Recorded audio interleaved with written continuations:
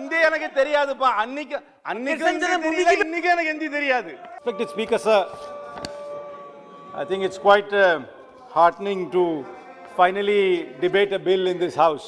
It's been a long time since we have had the opportunity to debate the bill. And I'd like to first thank my party president, Mrs. Sonia Gandhi, for giving me the opportunity to be the first speaker in this session on a bill. Sir, while we have over 1 billion people in India, and we always consider that India to be an overpopulated country, there are many people who are unable to have children and who find the benefit from the assisted reproductive technologies. So it is essential that this technology is available to all, and it is also regulated and may ensure that best medical practices are followed while this technology is made available to all. Sir, indulge me a little bit. I am a great admirer of our Puranams, Idihasams and epics. I grew up reading Amar Chitra Kada. I don't even know whether Amar Chitra Kada is still around or not, but I grew up reading Amar Chitra Kada. It is around.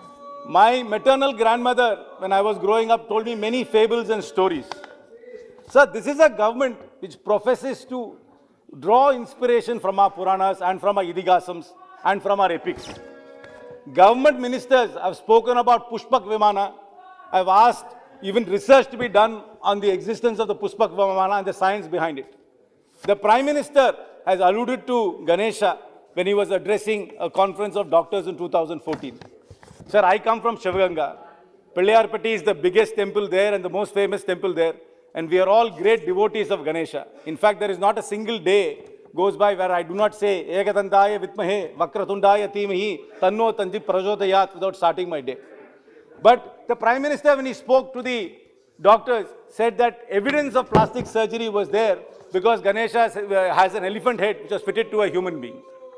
It's a different matter, and I've always wondered how a circumference of an elephant head can be fitted to a human. But still, we draw inspiration from our Puranas.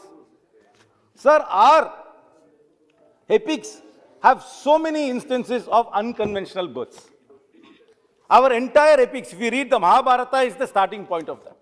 If you look at the Kuru dynasty of the Kauravas, Dhritarashtra and Gandhari could not have children. In fact, the legend is that the entire Kuru princes, the 100 of them, from Duryodhana, who's actually called Suyodhana. In fact, we must have a debate why Duryodhana's name is not called as Suyodhana, which his real name is Suyodhana. In fact, somebody must explain this to me at some point of time. 100 of them were born on earthen pots. We always believe that this is the beginning of the test tube baby, perhaps came from the inspiration from this. This is what your government believes. Your government always draws inspiration from epics. The Pandavas, again, you know that King Pandu was cursed by Durvasa. He could not have children through Kunti or Madri. In fact, Kunti had to evoke the gods to have children. That system was called Niyoge. Surya was the father of Karna. Dharma was fathered by Yama. Arjuna was fathered by Indra.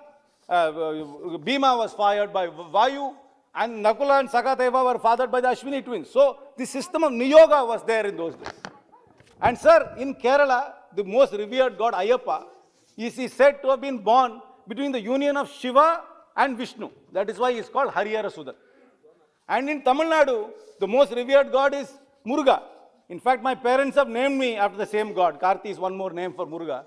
And he was born from the Netrikan, which is the third eye of Shiva, only from Shiva. So our Puranas have unconventional births are mentioned in our Puranas throughout. This government always says it draws inspiration from these Puranas. But sir, this law which they have drafted is not inspired by the liberal Hindu epics. In fact, this law has been drafted by somebody who's got a regressive colonial Victorian mindset. Please keep that in mind. It is not from the Hindu liberal traditions this law has come. This law has come from the completely regressive Victorian colonial mindset. I will tell you why. Sir, this law excludes many people rather than includes them.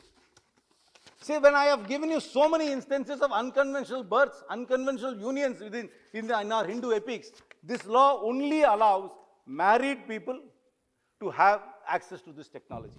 It does not allow LGBTQ people to have access to this technology. This does not allow single men to have access to this technology.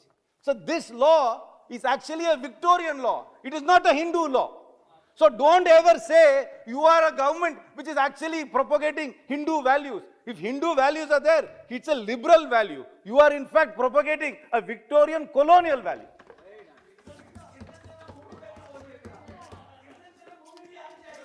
Sir இந்திய எனக்கு தெரியாதுப்பா. அன்னைக்கு இன்னைக்கு எனக்கு எந்தி தெரியாது. Sir, this law does not take into account the new realities of India. These new realities are not new realities. These are from our ancient scriptures. Those unions which are there, which were always there, which were suppressed by the colonial mentality. These unions will also be given access to these technologies. The LGBTQ population, live-in couples, single men must also have access to this technology if they choose to be fathers. Sir, this law is discriminatory. This law violates Article 14 of the Constitution, as well as the Puttaswamy judgment of the Honorable Supreme Court. The liberty of procreation and choice of family life are an intrinsic aspect of fundamental right to privacy.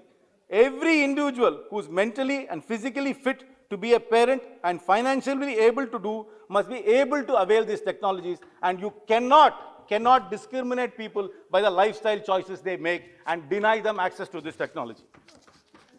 Sir, this law again is patriarchal. That is even a hallmark of this government, and the hallmark of all it says the person who is capable of donating an egg has to be married, has to have had a child who's at least 3 years old, only then can become a donor.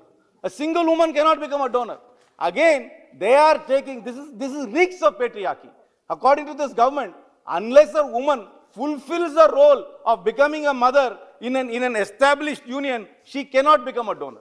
This is again shameful. This is again goes away. You take away the right of an individual to decide how they want to choose to be a donor or not. This again has to be looked at. The minister needs to address this issue, needs to definitely give an answer on why only married women who has had a child, and that child has to be 3 years old, only then they can be a donor of the egg.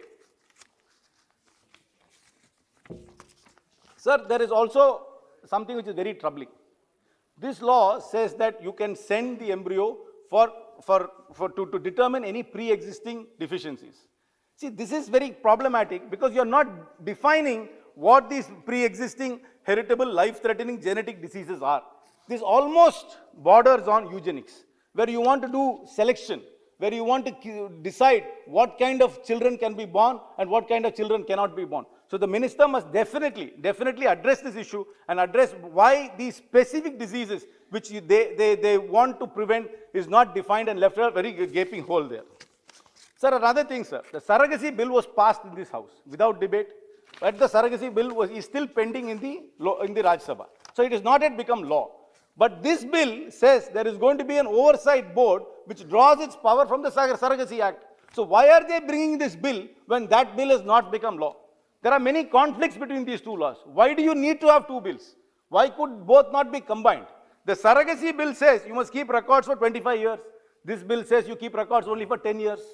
Again, the oversight board is only through the surrogacy bill. Here, the surrogacy bill has not become an act as yet. So how are you going to establish the board where you are drawing the powers from that act which is not there? So there is a lot of conflict. The minister must definitely address why was the haste in bringing this bill when that bill has not been passed, and why is the need to have two separate bills instead of having one combined bill which they deal with the subject, pretty much the same subject. Sir, another issue which has not been addressed, which could be problematic, which is a very sensitive issue. A child born through a donor after the age of 18 might be curious to find out who the father is. That right is not given here today. And I accept that there is a privacy right of the donor. So there must be some sensitivity in this. And in the ICMR suggests that the characteristics of the donor must be told to the child. Or the identity, of course, cannot be given because most donors are anonymous. So that sensitivity is not being handled in this bill, and the minister must definitely address to find out how are you going to handle this sensitivity. It's a very sensitive subject. I accept. There's no politics in it. It's a very sensitive subject, and they must deal with it. So as far as the complaint mechanism goes, unless only the board can complain, an individual cannot complain. So you are really taking away the fundamental right of a person from going to court. Only the board can go to court and not the individual.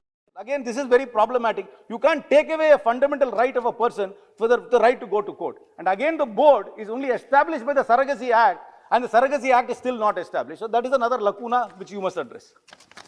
Sir, you want the Aadhaar card for the donor because you want to identify the donor with the Aadhaar card.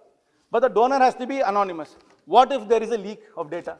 What are we doing to protect that? Because a lot of people are donors, but they do not want their identity to be there because they have no legal right over the child. And it's also another thing. So lots of issues of privacy, lots of issues of fundamental rights, lots of issues of discrimination are very much there, and we must take it there, sir. Sir, while the clinics are not regulated, they are becoming commercial establishments. The minister knows that IVF is a very, very expensive procedure. Many people go through many cycles before they have any success in it. It's a very expensive procedure. There is no control over their pricing. There is no control over how these clinics are established. But you prohibit the donors from charging anything because you do not want commercial exploitation of that. There is a lot of merit in that, but there must be some balance. While you are not regulating the practice, the medical practice, you are completely regulating the surrogacy part of it. So there must be some balance between it, and there must be some clarity between it. Another thing which it does not address is, this is a very expensive procedure. But many people of all strata of society want to have children of their own.